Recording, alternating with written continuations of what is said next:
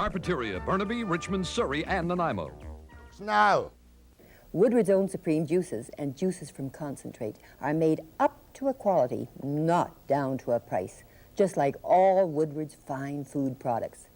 And the selection is really great, 15 kinds in all, to suit just about every taste for any time of the day. So look for our own name right on the label, because we're pretty proud of it.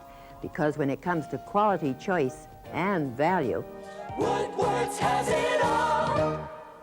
BCTV, we're giving it all we got.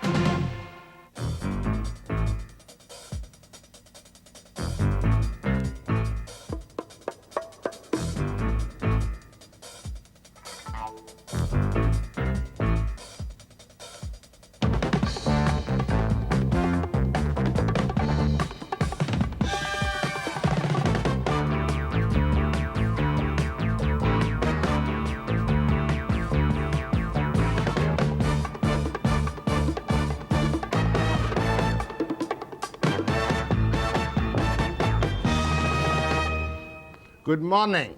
The moment of truth draws near for BC Place, and the moment of agonizing for one Mike Harcourt, the Mayor of Vancouver. Now, why should this be? Because Jimmy Patterson, who runs BC Place, announced on December 15 that unless they get a reasonable agreement with the city of Vancouver to develop a tiny part, a 10-acre part of the 220-acre site, if they don't get that reasonable agreement, which will enable them to put up a hotel, a couple of apartment blocks, a waterfront restaurant, etc., Jimmy Patterson will close down BC Place. I don't think he's joking. At stake, something like a couple of $2 billion development one way and another, hundreds of jobs, and the future of downtown Vancouver.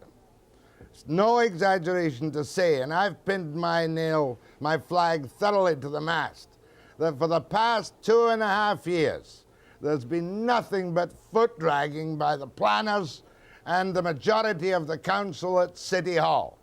You all know the fuss about the Cambie Street Bridge. What a disaster that has been. Half a bridge. Half a bridge is not better than a new bridge. Yesterday, the City Council finally got off its rear end and okayed belatedly a plebiscite. Now, the plebiscite is almost too late. The bridge may not be completed in time. So we're going to look at this everybody loves the stadium. Even Harcourt loves the stadium. Even Harry Rankin, I suspect, loves the stadium. But this issue we're going to tackle this morning is a very simple issue indeed. And before I turn to the guy from BC Place, I want to tell you about it myself. Here's how the site on Granville Slope looks now. We're coming across from the Granville Street Bridge, and you can see the 10 acres of Granville Slopes. Here's what the BC Place, the enemy of the city of Vancouver, wants to do. Wants to build a 250-foot hotel, which can't be financed to any lesser height, and a couple of apartment blocks. And it's so simply ludicrous, it's almost hard to credit that agreement can't be reached by the city of Vancouver. But Mike Harcourt knows well that if he doesn't push this through after the second public meeting at John Oliver High School tomorrow night, he's in real trouble, because he will have been the man who has cancelled out the jobs, the construction work, the development, and the new heart for downtown Vancouver. If he loses this battle, Mike might be well to consider again to run for the leadership of the NDP, because he could never be elected as mayor of Vancouver again. I want to talk to, I'll try and give him a hard time, Manning, but I'm on his side, let's make it quite clear at the moment. But you can be nasty to Manning. You can tell him what dreadful people BC Place are. Paul Manning is Vice President and spokesman for BC Place, and Jimmy Patterson. After the break.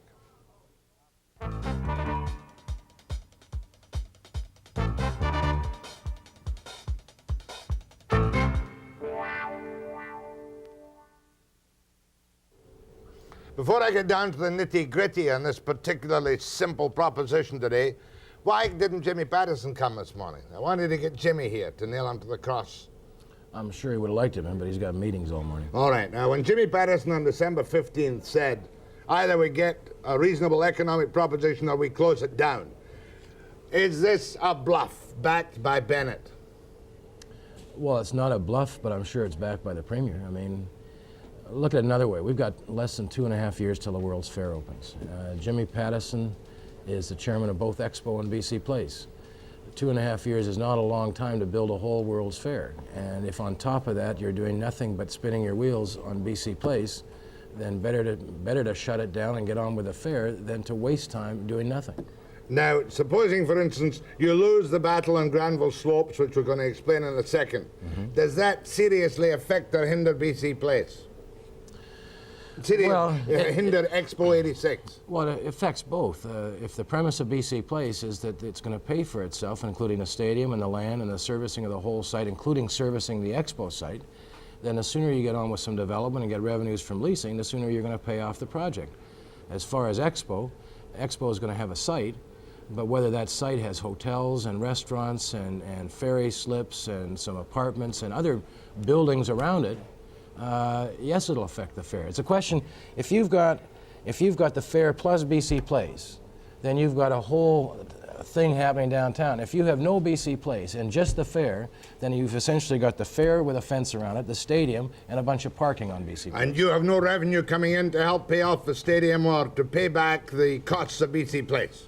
Not on the capital side. We've got the stadium's operating well, but we have to for the capital costs, for the overall BC Place, the sooner we get letting other people build, the sooner we pay ourselves off. All right, don't count me as any social creditor. You spent how much on BC Place? 257 million. About 257 so far. Rapid Transit, which goes through there. Roughly $1 billion.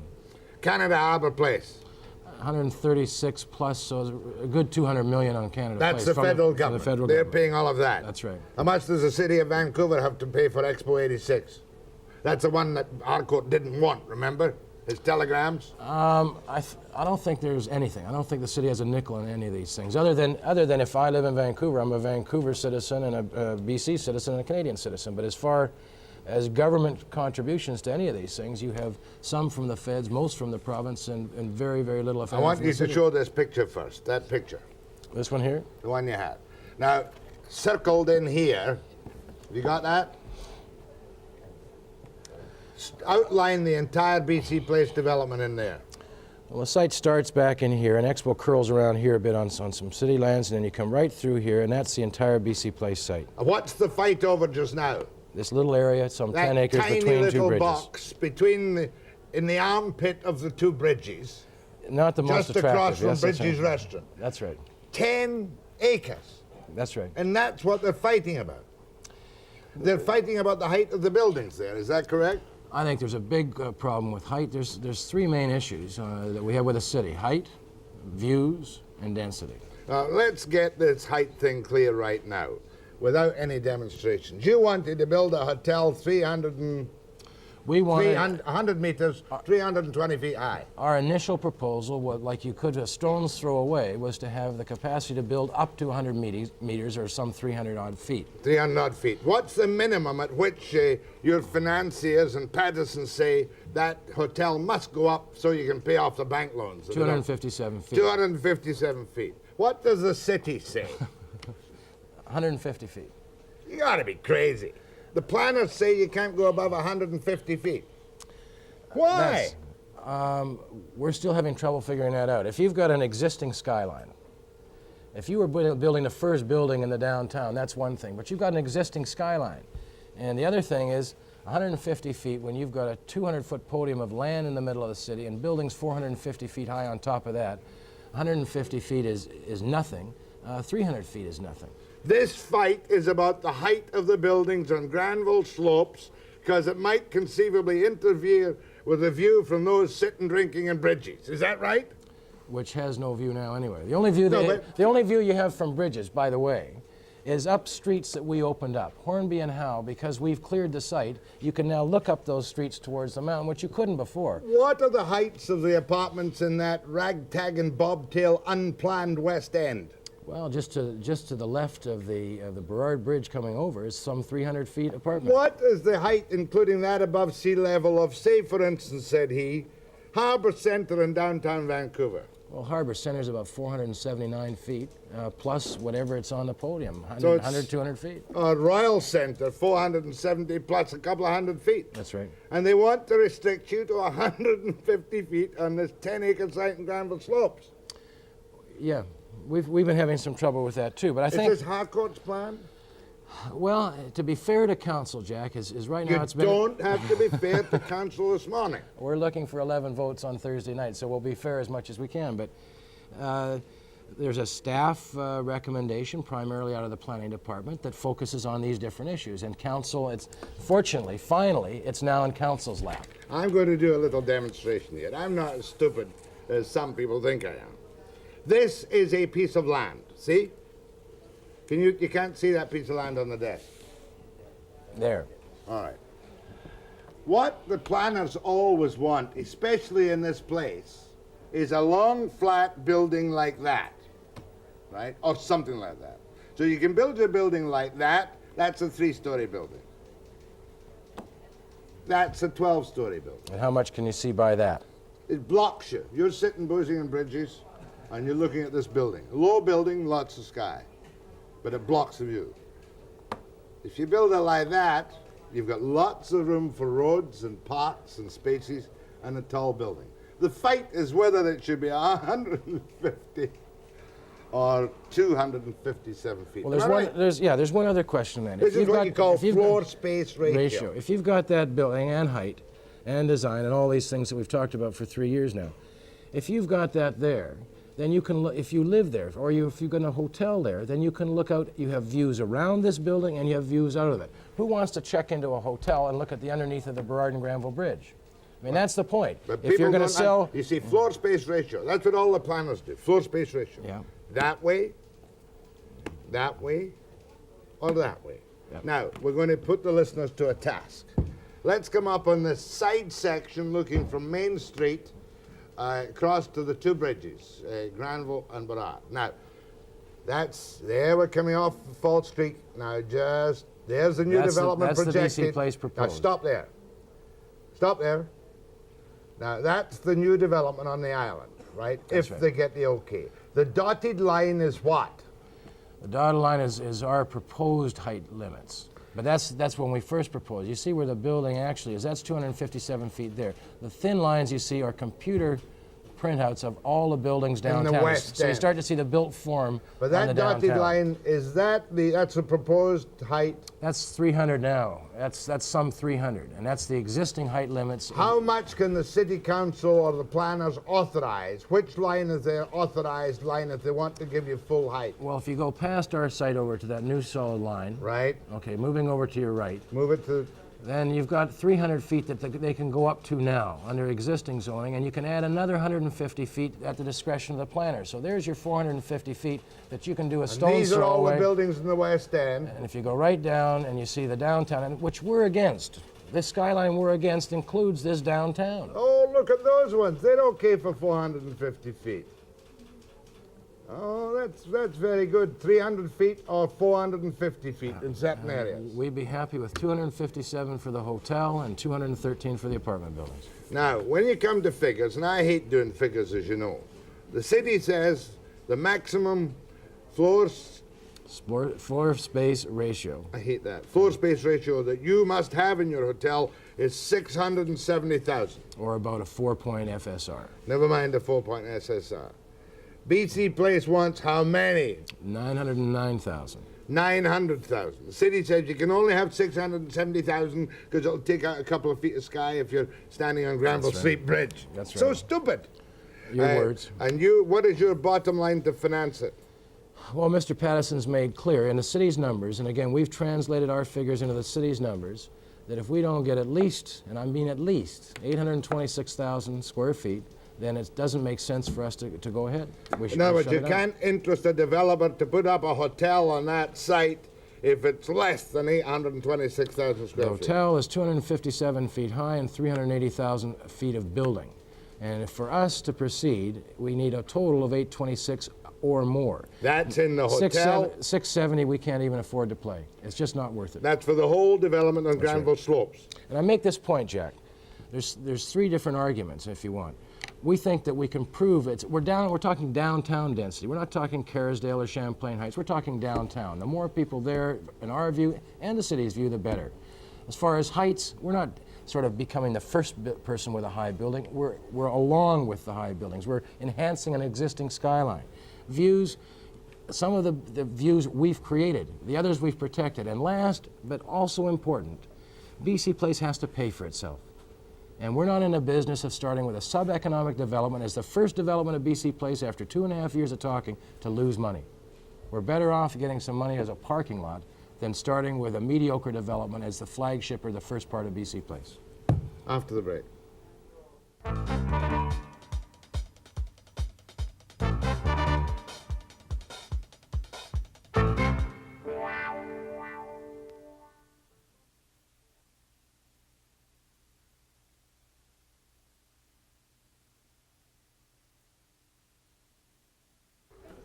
I'm the first to concede, Paul Manning, that when the BC Place Act was passed by the Social Credit government, it was thrust on the city of Vancouver in somewhat an arrogant manner. I don't think there's any doubt about that. But we're dealing with, as far as I'm concerned, we're dealing with the facts of life today. That's what you got to deal with. But wait a minute, if I could just interrupt you on that. You had two things floating around. You talk about arrogance. I don't think it was arrogance. Everyone wanted a stadium, or most people wanted a stadium. Nothing was happening. There was talk about a World's Fair and no place to put it. Now, through BC Place, you got a site for the stadium, you got a site for the World's Fair, and instead of having a bunch of buildings left behind after, it all folded into a development. And plus, you had a chance, if you want, to pay for the stadium because of the BC Place development. Yeah, well, somebody has to do it. It's always been kind of difficult to swallow that in the short run, the BC Place can make money. It can't make money in the short run. Yes, it can.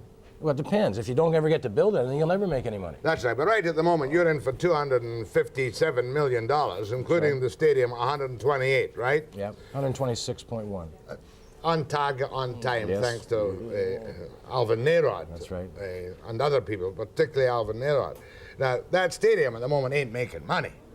It's very close to breaking even on operations. On operational costs. On operations, but it was never intended to recover the capital costs from the operations of the stadium. Nobody could. Capital costs are supposed to come back from the operations of BC Place. That's right. In the long run. In the long run. And the penny just dropped with me the other day, which is why I'm so hot about this. You've been going this how long? 4 years since it was announced. BC Place was announced on January 29th, 1980. And so everything we've been talking with the city since, although we built the stadium on our own. So you built the stadium on your own? Yeah. And now all you want to do is to start your development of this tiny 10-acre corner. That's right. That's right. And their complaint is that the buildings are too high. Yeah, well... I mean, it's hard to believe that they could be that short-sighted. Jack, you have, and mind you, we're talking about a mammoth development. We're talking about a development that's going to take 25 years. But we're talking downtown, and I think this is the big thing that sometimes gets forgotten. Gosh, I remember when Harcourt was supporting Barrett during the NDP campaign, he was demanding, he thought Barrett's great economic board was going to develop downtown Vancouver. What does this do? Develops downtown Vancouver. If we can get building. No, the bridge. Yep. I get hysterical about the bridge. You people promised to pay $50-odd million towards the cost of the bridge, and now you're trying to chicken out. That's wrong. Okay, correct me. When we started to build the I'm only stadium... parroting cope. When we started to build the stadium, the city said, well, we've got this bridge, you're going to create a problem. And we said, well, cities build bridges, not developers, but we'll try and help, and we're paying $10.5 million toward the northern approaches to clear up the north part of the site. One half. The city came back and said, well, we want to build a full bridge. Can't the province throw in half? And we went to the province, and the province essentially said, wait a minute, first of all, we got restraint. Second of all, we're pouring quite a bit of money into BC Place and Expo and Transit and everything else. And they'd like bridges and Kamloops, too. And third, why not? Why should we do it? All we're doing is getting knocked and prevented from doing BC Place. So Alvin said, and this is some time ago, we think we still need a bridge. We'd like to help the city, if we can afford it. And the only way we'd know whether we could afford it if we had some overall zoning. So you can look down the line and say, if, then we've got a chance to pay for half a bridge. We have no agreement on anything. After 4 years. Well, almost. We start the 4th year in After January 3 29th. full years. That's right. You've still got no agreement from the city on any overall zoning plan for BC That's right. Place. Now, to be fair to the city, I think we agree on a number of things. We agree that it's a downtown development. We agree there should be some residential here and some commercial there. We agree there should be seafront walks. We agree there should be parks. But then you get down to where will they be, how high will they be, how dense will they be, and this is a series of discussions that just keep on going. Now the bridge, the city council, after messing around, finally agreed on a plebiscite to see if the people of Vancouver want to build the whole bridge less 10.5 million. The whole bridge less our 10.5. Now, Expo opens when? May 2nd, 1986. Can a bridge now be built by May 2nd, 1986? If it passes the plebiscite? It can. I think it'd be helpful if they had the tenders out early and then it's a full run to May 2nd. I mean, it's. If the people of Vancouver reject the plebiscite, you can live with the modified bridge. That's right. But the point here on the bridge again is everybody focuses on BC Place, and if it was 25 years down the line, and we had a full development of office and everybody working in a full stadium with 60,000 people and some 20,000 people living at BC Place, we'd only be a third of the traffic on that bridge. So the other point of this bridge argument or this bridge discussion is remember the south side. The south side is as big a bottleneck as you're going to find anywhere in the city. So a bridge connects both sides, not just BC Place's side. Mm-hmm. Going back to Patterson's speech on the 5th, and I'll amend the figures to your new ones now. Okay. Unless BC Place can accomplish 826,000 net buildable, gross buildable square feet. At least. In the hotel, the two apartment blocks, the restaurant and the waterfront caper, we cannot proceed. And we will shut BC Place down. Well, reluctantly, he would recommend to the board. That's the same thing. Yes. Okay. We got.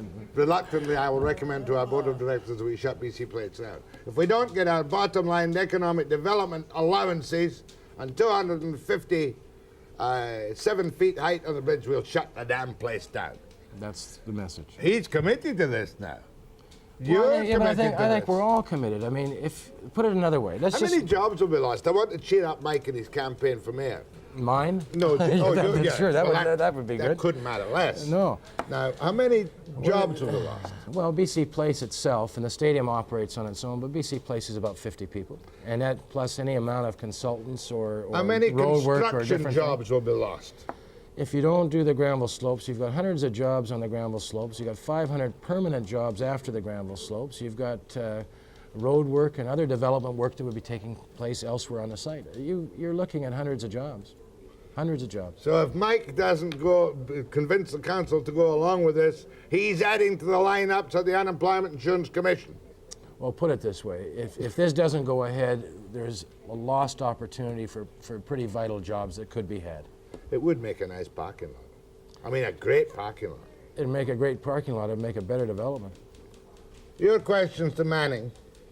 I'm not really involved in this. I have an opinion after the break.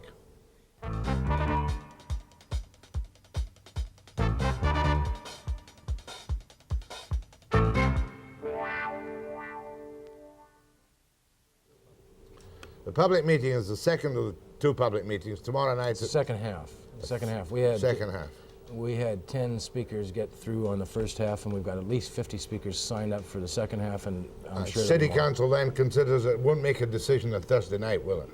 They may. That depends on the council and the mayor. They may decide to just run it through. I mean, it'd be likely to be the next council meeting on Tuesday. No, it may be Thursday night. Maybe Thursday night. Maybe Thursday night. The moment of truth.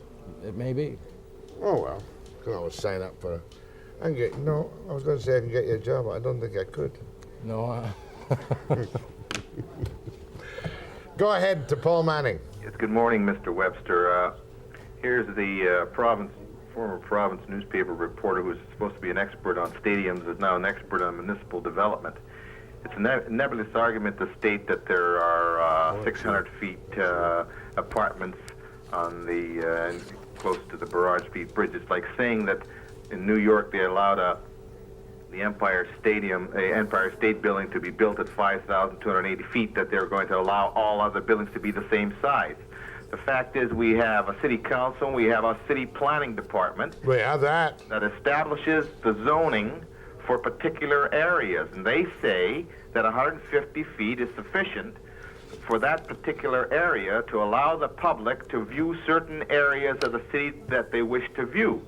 Oh. Now, again, are you going to accept that we have this professional planner and the planning department that are looking after the interests of not a particular group, but all of the Vancouver citizens? I think that's what is at issue. Fair enough. Are you prepared Okay, to now- answer that question? Yeah, first of all, it's not. There's an apartment building next door at 300 feet, and the second thing is council hasn't made this decision yet.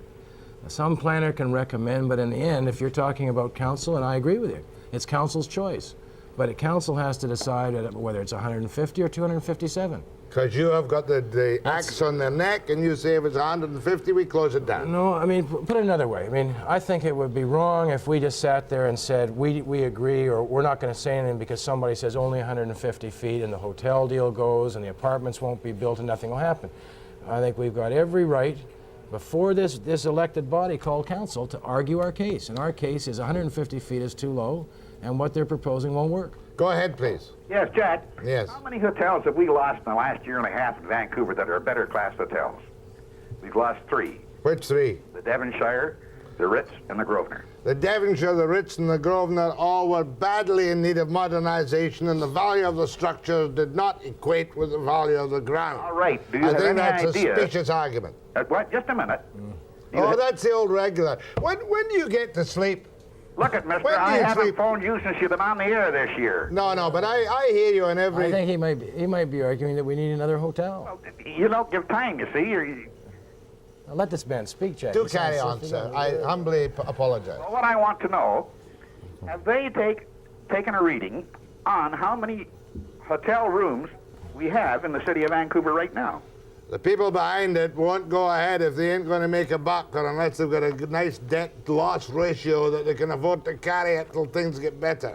Well, you can't argue on the one hand that we might have an Don't go accommodation away. problem with the World's Fair coming. 20 million people. And on the other hand, stop hotels from being built. Oh, he hung up on me. Go ahead, please. Thank you.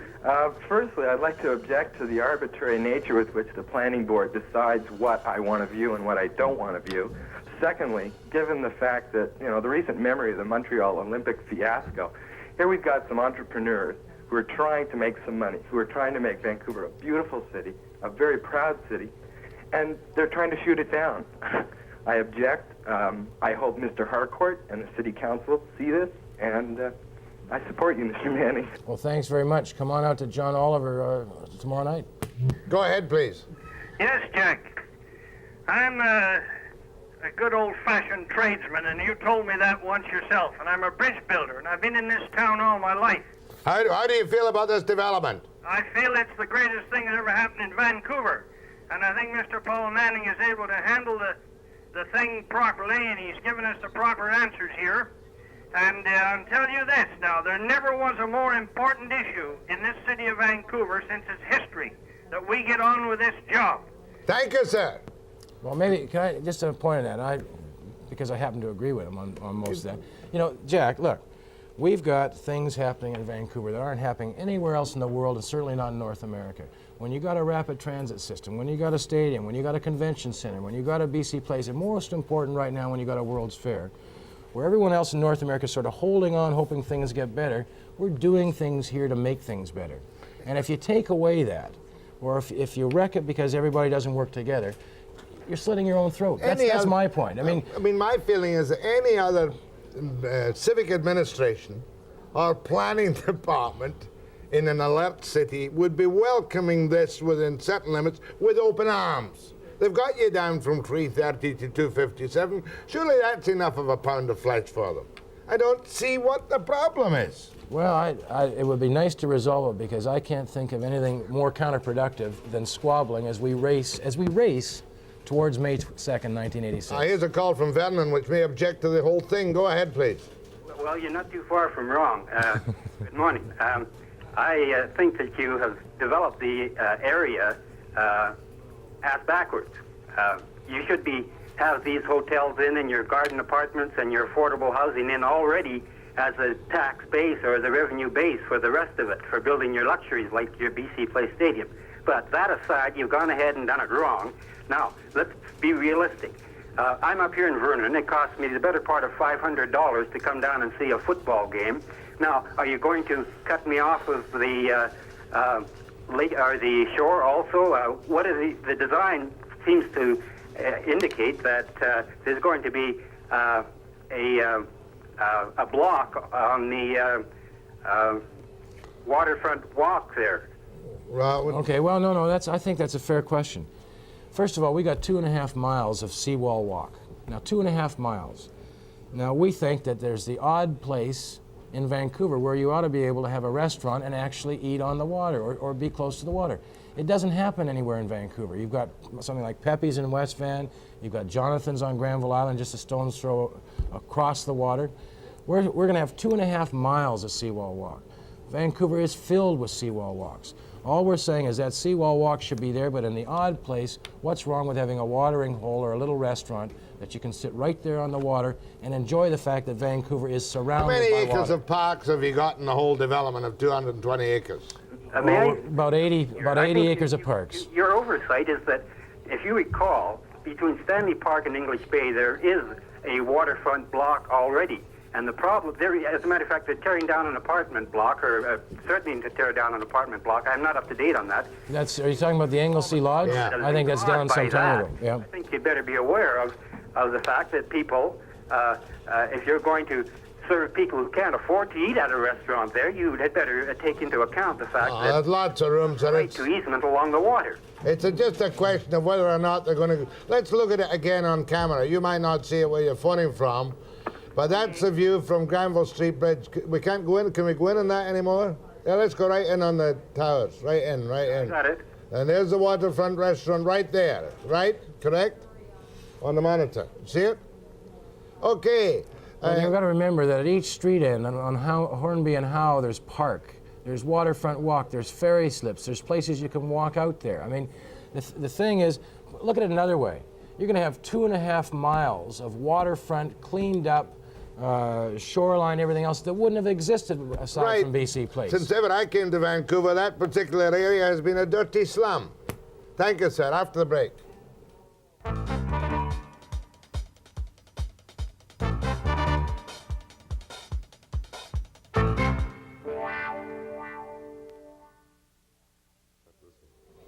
Chilliwack, go ahead, please. Yes, good morning, gentlemen. I'd like to know one thing, being a concessionaire in British Columbia and stuff, about what happens when you guys put in your expo. Is that the end of the P&E, or are you going to take the concessionaires out of the P&E and put them in expo, or get in all your Eastern friends? Well, first of all, I can't speak for the PNE. I think the province is looking at what they're going to do with it. But Expo is a World's Fair site. It lasts 6 months. They'll have concessions. They'll have the full range of everything that people like at Expo. Thank you very much. Go ahead, please. Good morning, Mr. Webster, Mr. Manning. Sir. Two things. First of all, I don't think anyone at City Hall in any capacity has prevented BC Place from building a beautiful small development. What we're talking about here isn't really the size of the development. It's the bottom line. It's whether this thing is going to produce revenue for the corporation. And when it comes down to that, I don't think that the developers should have the last word on what the bottom line is going to be for Vancouver. And when it comes to threats and bluster, we'll take our marbles and go elsewhere, and Vancouver can rot. I don't think that goes over very well either. I'm thinking now of the Stanley Park entrance campaign of about 15 years ago, where a similar situation arose, rebuilding a high-rise hotel on the entrance to Stanley Park. Hardly comparable situations. Here's a situation where the provincial government is... Situation, and the same threats were made. If we don't get our 350-foot hotel, Vancouver will never be a world-class city. We'll pick up our marbles, and the construction jobs will be lost. And nothing happened then, nothing will happen now. I think the whole thing's overblown. Blackmail. You think it's blackmail? Blackmail, sure. Blackmail for the benefit of free enterprise rip-off developers.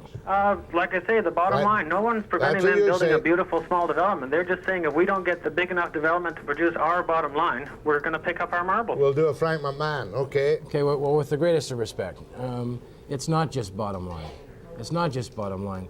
But to go back to what we've got in Vancouver and in the province and in the country, these things were all predicated on a simple premise. We got valuable land surrounding the downtown. We got it at a good price. Because we got these things at a good price and had the backing of the provincial government, it's not unfathomable that you can pay for a stadium and have a World's Fair and do all these things, not just by having a bottom line that says we have to have this many square feet or we won't go ahead. The fact is that we sat there and we think that we've made good arguments on height and on density and on views. And on top of all of that, or underneath all of that if you want, there's still a bottom line. I mean, if you're working on behalf of the province, and that's all the people of the province, why would you be proceeding on a development that shouldn't have to lose money by losing money? I mean, you're better off to wait. We're downtown, density is not bad, even as Worship the Mayor, which you might want to talk about. Density is not bad. It's a question of livability and design, but downtown is downtown. We're not going to put a suburban development downtown just to please some planners. Go ahead, please. Yes, I'd like to reiterate the comments of the last speaker. I'm surprised, Mr. Webster, that you're taken in by this idea we're going to lose construction jobs. We will. I think the city has to realize, and you have to realize, that the hotel people want to be in Vancouver. They don't really want to be in BC Place particularly. They're going to be here because we have a city which is a great place. There's an expo being built, and the city has... Are you a planner? You sound like one of the people at City Hall. At False Creek. No, I'm a Vancouver architect, but I think that you're really being taken in seriously by the BC Place threat. I'm a pragmatist, sir. The hotel will build somewhere else. Well, that's entirely. It might get a chance if we aren't successful on the 26th. But right. but the same reason that you're talking, sir, you're saying hotels want to come because of Expo. Well, Expo wouldn't be there without BC Place, and you know it seems. You know, you can argue the issues on height and density, and we're prepared to do that. But at the same time, we can talk forever and get nothing started. I just look at that old industrial slum down there, and I resented what I regarded as the arbitrary and arrogant action by Bennett's Act the first time. But you've got the stadium up. That through road is fantastic for everybody who comes to Vancouver. The stadium is fantastic. It's a perfectly reasonable proposition. We've got the jungle on the West End, unplanned mishmash of the worst order, dreadful place. And all you're doing is putting up a couple of smaller towers on the site to make it the balance sheet acceptable. Well, I don't see what... But it's not just the balance sheet. I think the other thing to remember, Jeff... Oh, yes, it is. With social credit, it's the money.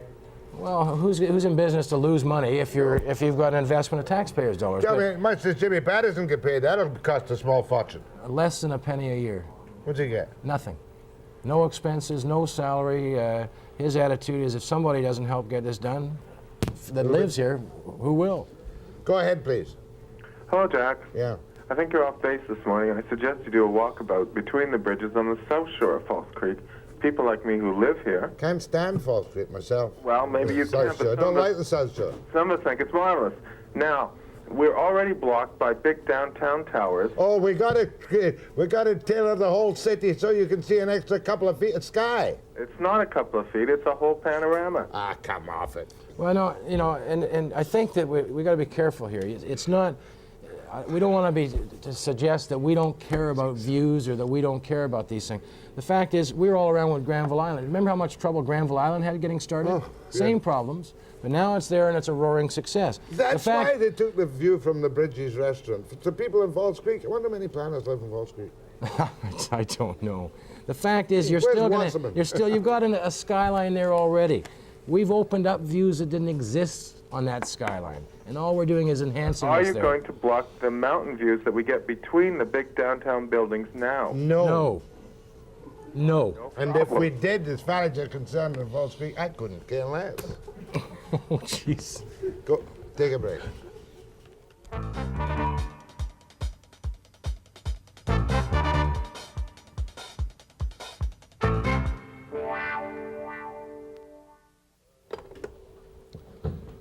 You've had a couple of nasty phone calls this morning, really, you know, because town planners' friends have been getting in on this, haven't they? You can't do anything in Vancouver that's unanimous. What do you think of the BC Place, Granville Slopes, 10-acre development? I think it's great. I hope they really put it through.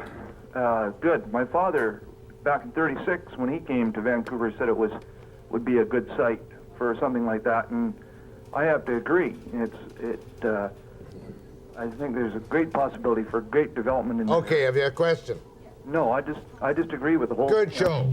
Do you agree with the whole show? Yes, I do. Hooray! I think that all you've got to do is look at the last year's Knoxville World's Fair and see that they've now got an empty site with nothing on it, and we've got a chance to fix our World's Fair up afterwards, have a whole development, and pay for the whole thing without too much taxpayers' dollars going into it.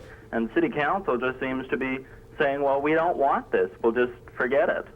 Well, that's the whole premise. I mean, some people might argue, and I'm one of them, that the last time this country felt good as a country was 1967 with Expo. And here we've got a shift west of importance and activity. Yeah. I mean, we've got opportunities coming in '86 that if we don't take advantage of them, I think we're fools. Go ahead, please. Are you in favor of it? Yes, I am. 3 in a row. Go ahead.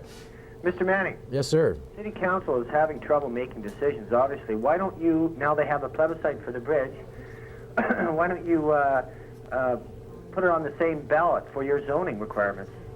Let the people of the City of Vancouver decide on what you want. Oh, you dreamer, you. Oh, no. Harcourt and Cope would go down fighting on that one. It's not, I'll tell you something, and just not to color this all badly, it's not just us and them, and unfortunately too often it gets into that. There's a lot we agree on, but I think we're at a stage now where we've got to move forward or forget it. It wasn't Webster and Company who said that there was a deadline. It was Jimmy Patterson who said, unless we get X buildable square feet, I will recommend reluctantly to our board that we shut BC Place down. So the nitty-gritty, let's face it.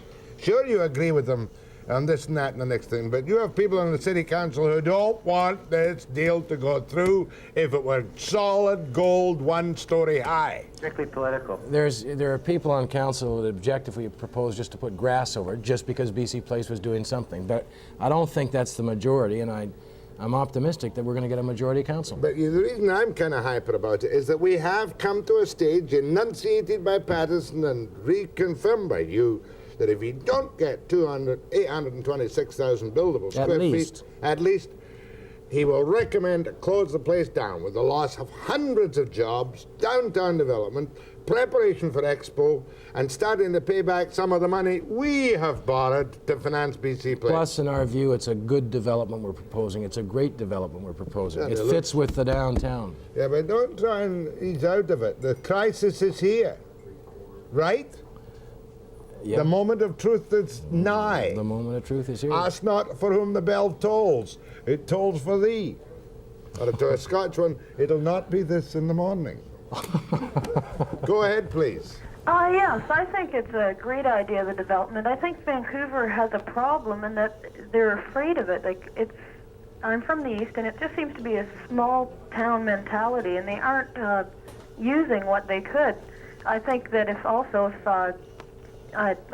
Falls Creek, if more of that housing was low income, I don't think you'd have the hue and cry that you do now. But it can't all be low income. I'll tell you something. And on that question, I mean, the housing is more affordable and less expensive the more you have it on the same pice of property. Oh, for sure. If you've got 4 units per acre, they're going to cost a heck of a lot more than 440 or 400. Back to my little demonstration. Okay. Thank you, ma'am. You're a planner. I wish you to withdraw that remark forthwith, or I'll take serious action. Go ahead, please. Yes, good morning. I'd just like to ask a question. The new hotel that you're going to be putting up, is that going to be another high-priced hotel that the normal person, the normal working-class person won't be able to stay in?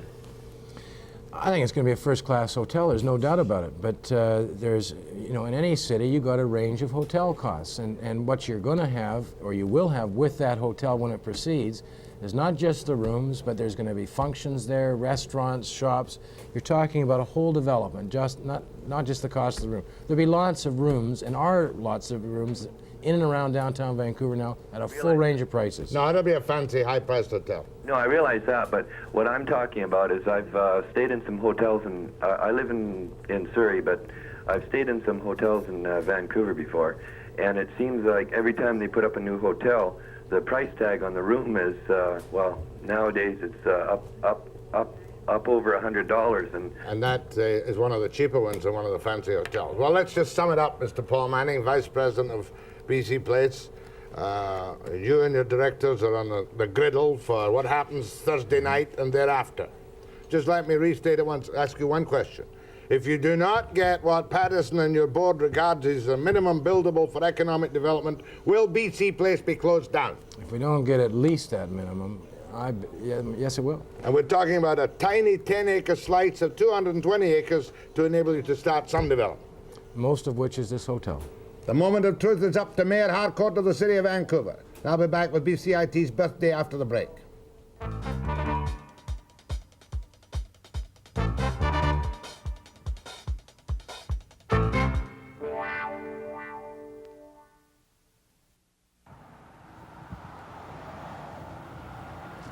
Years ago, old W.A.C. Bennett opened BCIT. It was an enrollment of about 680 students.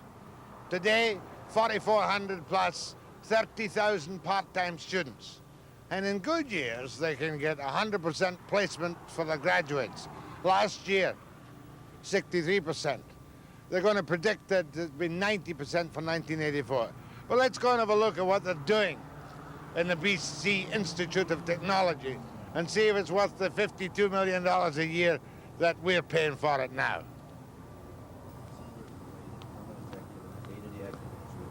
Would use it. The microcomputers you're working on are 64K. They represent a similar kind of machine. Hold it, hold it, hold it. I'm lost already. You're not trying to tell me, are you, Mr. Fingerson, Lon Fingerson? Lord Fingerson. That executives use these things? Yes, they do. Not as well as they might, but they use them. I can punch up my balance sheets, my cash flow. Yes, you can. My debts, my liabilities, my assets. Yes, you can. And it'll tell me, providing it's been programmed properly. Well, the programs we use are application programs, which are basically available for everyone. What's Lotus your title, Lon? Everybody's got to have a title. I'm the program head of admin management. All right, in this particular fairly large room with all kinds of computers, tell me who's who. These are marketing students. They're about to embark on a program learning the computer. These are financial management. They're currently involved in a program which uses the microcomputer. And those are our students, which are in general business programs, and they use the computer for a variety of software programs. Okay, so these are the ones that want to become hucksters, is that right? Well, I think they would. What's your ambition in life? Lots of money. See? I knew it, I knew it. Marketing, advertising? Mostly promotions, yeah. Sales techniques and all that kind of thing. Name? Stu Ballantyne. Stu Ballantyne. And you, ma'am? I'm interested in advertising, and my name's Shelley Staples. So you want to be an advertising agent of some kind? Definitely. Pick up your 15%. And more. All you've got to do is get the Liberal government contract, or the Tory government contract, or the Social Credit contract, and you got it made. You got it made. So join a political party and get in there. Ma'am? Adrienne Elliott, and I'd like to own my own business. What kind of business? A restaurant, preferably. When do you graduate? In 4 months.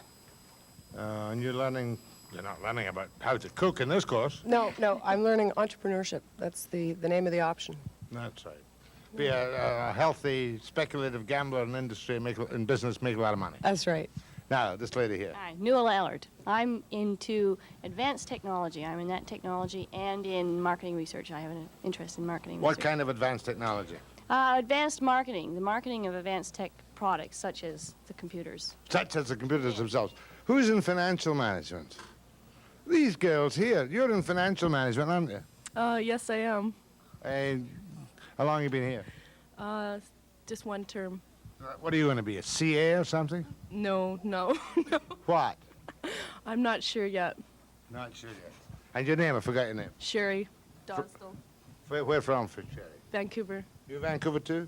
Yeah, I'm from Vancouver. Name? Nicole McKinnon. Nicole McKinnon. Can you do a balance sheet yet? I'm trying. But you don't have to count anymore. You've just got these little things. You don't have to count, do you? No.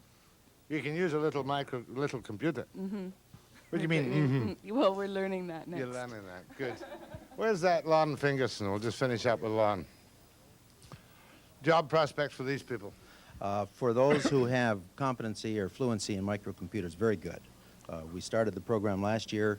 we had 2 to 3 times placement percentages for those that had microcomputer skills. But 2 to 3 times nothing is still nothing. Oh, it was a lot more than that. There's about 75% of them working within a space of 3 months. See, even I can count. In the business administration, financial planning and management, how many students overall? Do you happen to know offhand? In the admin management, we have approximately 65 students graduating this year. There is a personnel option that has an additional 18. Financial management, I think, is about 125. Yeah, pretty important faculty.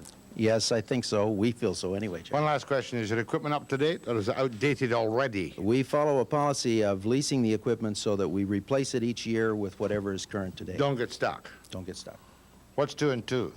It used to be 4 when I went to school, Jack. Thanks very much, Lon. I was quite surprised to learn that they teach English of some kind at BCIT. So I'm going to give them a little test on my 4 words ending in D-O-U-S.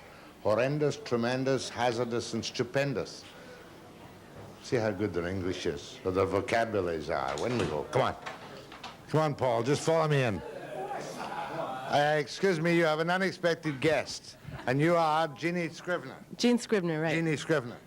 With a B, Scrivener. Tell me, do you sleep at night with a pencil in your hair? Just about. I think my students probably think I do. And who is this? Richard Len, my department head of English. I was surprised to find that you teach English at BCIT. Is that because of the poor standard of English taught in high schools? Well, it's not a question of the poor standard, Jack. It's a question of it's a different kind of English we do here. It's not academic. We're not preparing students for university or anything like that. Gene, there's only one kind of English. Now, don't tell me there's a different... What kind of English do you teach here? Oh, we teach applied communication. So we're teaching students to write things that they're going to need to write when they get out on the job. You mean short, sharp, precise, succinct sentences? Yes. Good, clean, decent English. That's right. In business, people want you to get to the point, so that's what we teach here. Okay, best way is to hit them over the head. Now, I gave your class a little test a moment ago.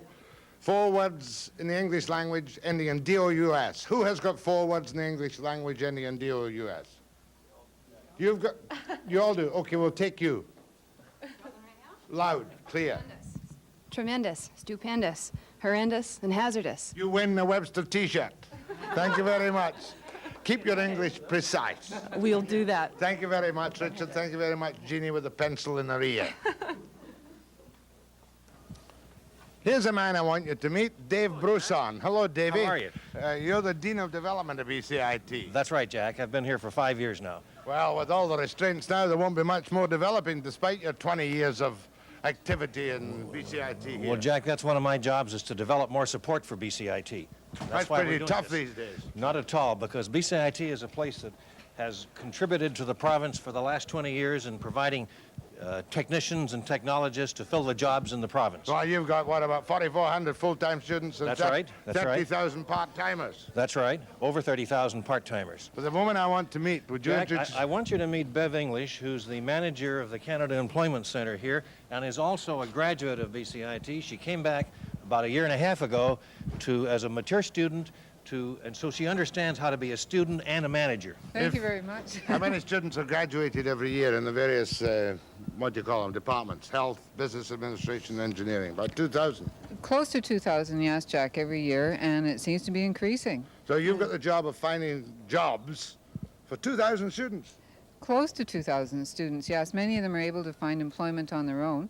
But generally speaking, yes, most of the students that graduate from BCIT find their way through our office. Last year must have been a disaster with nobody finding jobs at all. It wasn't really a disaster, but it was disappointing. Most of the employers that wanted to come on campus to interview and had to cancel primarily did because of economic reasons. Now, which are the most popular courses among employers? Right now, there's a high demand for people with electrical engineering background and marketing management.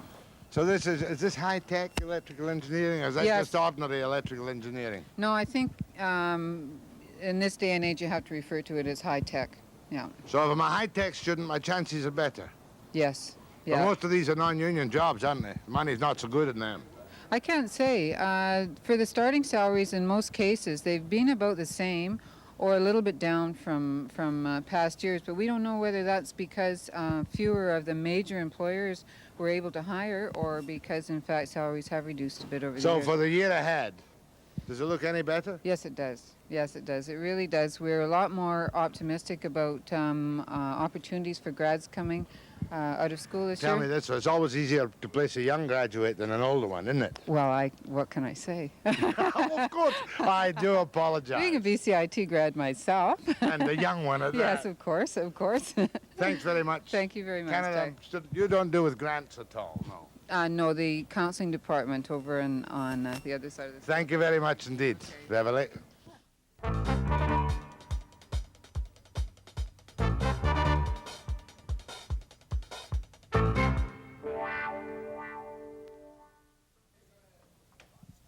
Well, now I'm going to have a look at the broadcast tuition in BCIT. I've met some of their output. Some of their output is excellent. Some of it, well, you know.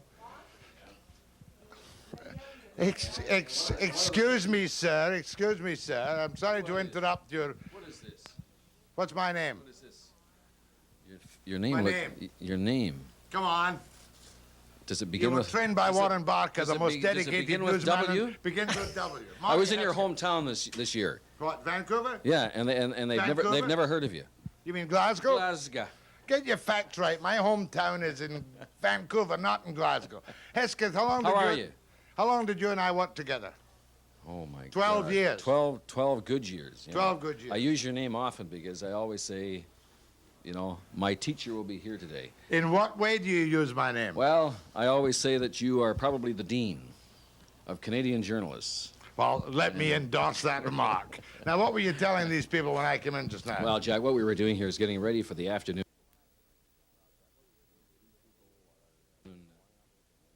And these people are getting the lineup, and I was asking Ann Davidson here about the lineup of the sports. You've got all the fancy equipment, all the fancy yeah. studios. Well, no. You do your own television newscasts for in-house consumption, is that right? Exactly, exactly. We have a telecast that is run once a week after we spend 2 days a week preparing and going out looking for stories. Wednesday is our telecast day. Keep it down to 2 paragraphs. Remember in NW, nothing went more than 45 seconds. It seems to me I remember that. Yeah, Seems to me. somewhere along the way. Can I ask one of your students a couple of questions? Talk to Ann, talk to John. Ann? Yes, sir. How old are you? None of your bet down No, business. I want to know. You're going into public life. I want to know how old you are. Well, how old is Harvey Kirk? I don't care. I'm going on 66. How old are you? 66. No, over 40. Over 40. Congratulations. You've got guts enough to do it. Now, let me ask you a question. How do you spell succinct? S-U-C-C inked. Not bad. Better than most. I-N-C-T. Thank you. Now, what's your lineup? Are you doing news or sports? I'm doing sports. You're doing sports. I'm not interested in sports myself. It's one of my odd vacancies. Either am I. When do you graduate with your diploma? In May. In May. Hope you find a job. Thanll be coming to see you. Well, I'll be off in May, but come anyway. I will. Now, what's your name? John Cotter. What's your ambition in life, John Cotter? Oh, boy, to get a job. Hey, what kind of job, though, in broadcasting? A well-paying job where I could do wherever I want to do. Do you want to start at the top? Well, not necessarily. Close to the top, though. And what are your particular skills that cause you to become a broadcast reporter? I'm aggressive. I can't type very well, and I have problems spelling. That's bad, but has Hesketh told you anything about the laws of libel and slander? Oh, tons and tons of stuff. Okay, give me a definition. What basically would lead to a lawsuit? An easy one. What would lead to a lawsuit? Yeah. Let's see. Anything that, anything that isn't fair and accurate. Or holds a person up to ridicule and contempt in the public eye. Would you do that on your show, Jack? No, I don't. I'm pretty crafty. I only get the odd threat. I haven't been successfully sued for years. What are you doing? What's your lineup for tonight? Let's see. I'm the lineup editor. Let's see. The president of our student association resigned, and one of the major technologies at school is being moved to Douglas College against its will. And are you saying that you don't like this? Well, it's not my job to make that sort of a comment. We just cover things the way they happen. Couldn't you twist it a little bit? Put the emphasis on the fact that this is not quite right? It isn't really quite right, but we can't say that. When do you graduate? In May as well, hopefully. How old are you? 25. Married or single? Oh, single. Stay single if you get into this business. It ruins many marriages. Now, sir, could you stand up? You're a big fella. All the way? 6'2½". 6'2½". Name, please? Michael Brand, as an X. What's the story that you're writing right now? I'm just writing about Mike Harcourt facing off against Mark McGuigan about the hookers. Doesn't like McGuigan's plans to change the criminal code. The only trouble is who knows what Harcourt's plans are. It's difficult to That's get. true. Have you interviewed him yet? No, I haven't. I just got this off the wire. Do you go out and Just do right now. interviews? I do normally, but today I'm the news anchor, so I have to stay around here. Good. You're the Tony Parsons of the future. I'm the Michael Brand of the present, actually. Have a good shot of him. See if he's handsome enough. Is he as handsome as Tony? I don't know if he has this. Loosen your tie. You've got your jack off. You're all right. Michael, best of luck. Okay, thanks, Jack. Thanks very much. And now I want one more word with this guy Hesketh. This is not fair, but who cares? Had the worst temper of anybody I ever worked with in NW. He would explode. Did you do it here? Yeah, he has the odd fit, but we're getting used to it. Is it not? What a cutting remark. What a cutting There used to be a contest when we worked together about who had the worst temper, and it was a tie game, I thought, between you and me. Some of the things you said to Bill Hughes, this is for old timers, shouldn't have been said to anyone. Marty, what else do you do were they here? fair and accurate? Yes. What else do you do? I Well, mean, in the Broadcast Institute, what do you teach? Well, remember, this is journalism. Right. We're dealing with radio and television news. And we're trying to teach people about, to evaluate issues that affect people in their lives. Yeah, but you've got journalism for radio Yeah. and television. We've got journalism. These people here are journalists. We teach them radio and television news. In the broadcast division as a whole, department as a whole, we have a radio section and a television section. These are the people who work kind of behind the scenes in radio. Let's and call behind them the scenes in television. technicians. Oh, sure, if you want to call them technicians. Remember, the people who take radio are going to be disc jockeys as well. Oh, of course, I'd forgotten, You'd forgotten about that I don't part of believe radio. they exist. You forgot about that part of radio. Oh, here's a chance to get a salary increase. Yeah. Tell me the faults in BCIT's broadcasting courses. Well, I think... You don't have to answer that question. No, I think the faults lie, like in every educational institute, Jack, that you can't get the kind of equipment you need to teach students today. This is a museum. Have you not taken a look at our equipment? It's a No. museum. I don't want to hear this. Talk to your boss in Victoria. Treasonous talk. I don't want to hear this treasonous talk. Marty, thanks very much. Thank you very much, Jack. And give my regards Remember to the remember drill the- dean of radio news reporting when you see him. Yes, thank Barker. you. Barker. Good, much obliged. I'm just going to walk down here if you want to come with me, Paul, because I see a face I know. Hello, hello, hello. What's your name? Ingrid Abbott. And who is Ingrid Abbott? A radio student at BCIT, graduating in May. Is it true and accurate that you are the daughter of one David Abbott, It is true. who worked with me for many years? It is true. So you're a radio student, A radio student. not journalism. No, radio. Radio. Yes, we do news too. Mm-hmm. On-air work, production, Mm-hmm. music, all that kind of stuff. How old yeah. are you now, Ingrid? 25. I gave you $100 because you didn't smoke by When I your was 18th birthday. 19th. 19th? That's right, you were a year late. But you got the $100. I got the $100, you gave it to me. Give my regards to your mother and father who are now in Well, Africa, the jungles of Africa. the jungles of Africa. That's Nice right. to see you, Ingrid. You too. Good.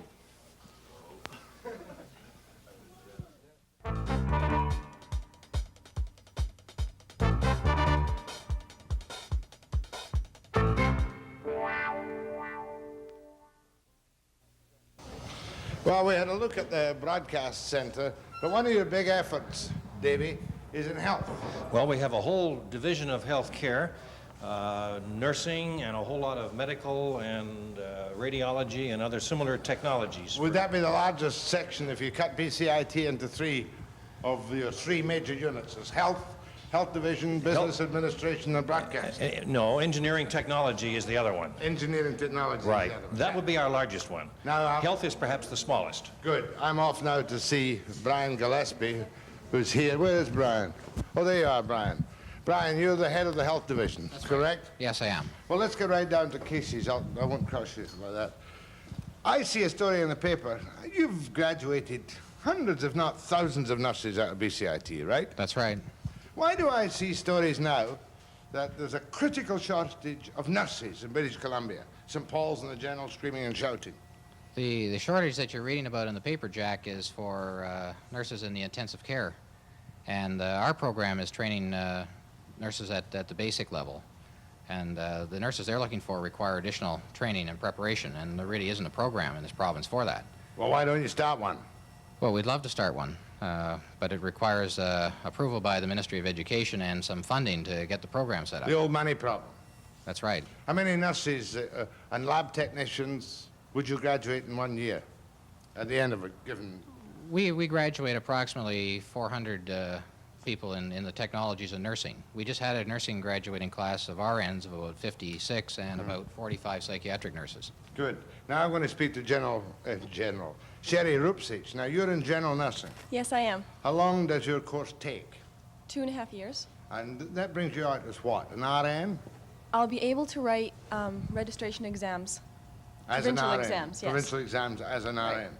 Now, you graduate as a general nurse. Right. Will you go and specialize, or will you look for a job? Well, you really can't specialize right away until you get more education. I'd like to work in critical care nursing, which they have a shortage of now, which is to my But advantage. first of all, you've got to get a job and then get them to train you in critical care. Yep. They usually like you to work 6 months to a year first. Now it's Lee Blaney. Lee, you're a nurse. What kind of nurse, or will you be? I'll be a registered psychiatric nurse when I'm finished. Now, again, it's a 2-year diploma. 2.5 years. 2.5-year diploma. The last 5 months of our program is called a preceptorship, and that is sort of a bridge between the student and the working area. You mean you go out into a psychiatric hospital of some kind and do your internship? Full-term internship. Full We have term. done 2 to 3 days a week all through the course in a clinical agency. Is it a satisfactory experience, 2.5 years of psychiatric nursing training? Yeah, at BCIT it's great.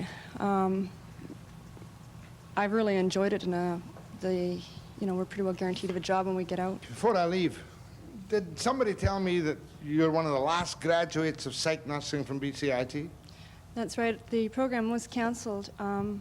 It won't affect me at all, but the class that came in January is the last class, and it's due to be transferred, I think, to Douglas College in August. Little news story.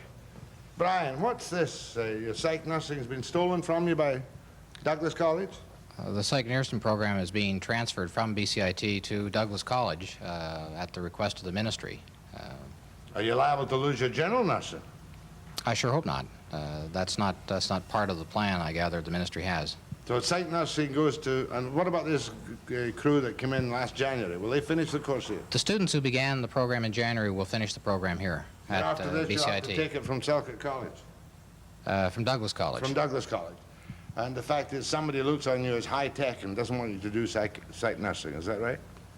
I think that's part of it, Jack. I think the other part of it is that the ministry felt that there was a shortage of space at BCIT and an excess of space at Douglas College, and they felt they could make better use of facilities in the Lower Mainland by having the program at Douglas College. Was that a good decision in your mind? No comment? No comment. No comment, and that's not for publication. Thanks very much, Brian. Much obliged. Next stop is at the telecommunications lab, which is part of the engineering division, and I'm going to get a special reception. Come on. Come on. Got to wait for him. This must be the dean of the engineering division. Welcome to BCIT. Thank you very much, E.T. We'll leave that, Robert, there, and we'll find out. Where's the real dean? Well, Ron Stam. and welcome again to BCIT, Jack. Pleased to meet you. I thought he'd taken your job. Well, sometimes we worry, but he's our pet robot. Oh, that's very cute indeed. Now, how much of the BCIT money, effort, and students goes into engineering and technology? Well, about half. We have 1,800 students in the division at any one time. And when you say engineering and technology, I think of precision engineering, fitting, turning, and all that kind of thing. I'm 50 years out of date, am I? Well, I don't know if you're out of date, but our people work with engineers as paraprofessionals to work in the design and the installation of equipment. We've got 12 different technologies and over 37 options. No, as you graduate, you give diplomas to civil engineers. Civil engineers, Electrical engineers, electrical, mining engineers, building, gas and oil, lumber and plywood, forest resources, biological sciences, and so lots more. Well, the usual kind of nasty question. I presume they'll have to leave British Columbia after 20 or 18 years of boom to find jobs elsewhere. Well, we hope not. We think we're going to need them in British Columbia, and that's where we've used the most of them up until now, and we think that that's what BCIT needs to come out of the recession. Are you having an upsurge of students? Well, we've always had an excellent demand, and we still have that excellent demand and growing. Now I want you to meet Gordon Tom, who has been president of BCIT for how many of the 20 years? 10 years, Jack. 10 years. Well, have you kept up to date? Oh, we've sure tried, and I think we've done I think we've done a pretty good job. Somebody stole your psych nursing from you. Used to be one of the jewels in your crown. What happened there? Well, they decided that the Minister of Education, of course, has the power to relocate programs, and he's decided that it should go to Douglas I College. don't want to be negative on a 20th birthday kind of thing, but you're going to lose nursing too. Well, they say no. They say that we should stay in nursing. So I think psych nursing's probably going to be it, and we're hoping that we get some other programs in place of the psych nursing They're going to program. stop cleaning the universities now as a measure of restraint. When are you going to do something sensible like that and cut down on your maintenance bills? Heck, Jack, we cut back in that area about 3 years ago. So we're really managing restraint. Matter of fact, I think we're about 3 years ahead of those people. How many people have you laid off? Oh, not very many, about 20, 30. How much has your budget been cut? It was cut 3%. The government grant cut 3% last year, but we increased our enrollment 7%, so that's how we're Are dealing you with top heavy in administration? Are you feather-bedded? We've been cutting back there, too. And all your salaries are under that fancy pick review? That's right. Have you had any bad news yet? We've taken a salary cut, but I don't think that's even bad news. We've lived with that. Oh, Tom says salary cuts are what we need to keep us lean and mean. That's right. No kidding. That's right. All right, give me one sentence. What are we going to see here in 1984? 1984 is 20 years. 2004. 2004, you're going to see a place that has probably twice as many students. You're going to see a place that probably won't be that much more expensive to run because we'll be using technology to teach people and to make them learn. Even if somebody cuts back on all kinds of things, you don't think they'll cut back in your health, business, and engineering? I don't think so, Jack. No. Happy birthday, anyway. Thank you, Jack. Thank you for coming out. Thanks very much. Good. Bye. We'll be back after the break. We'll be back after the break. We'll be back after the break. I'd better, however, have somebody on the air tomorrow morning to give the other side of the BC Place controversy, because I nailed my flag to the mast in favour of it, almost holus bolus, though I always have reservations about anything social credit is involved in. Apart from that, tomorrow morning I'm going to have a little bit of fun with a couple of debaters. One is a secular humanist,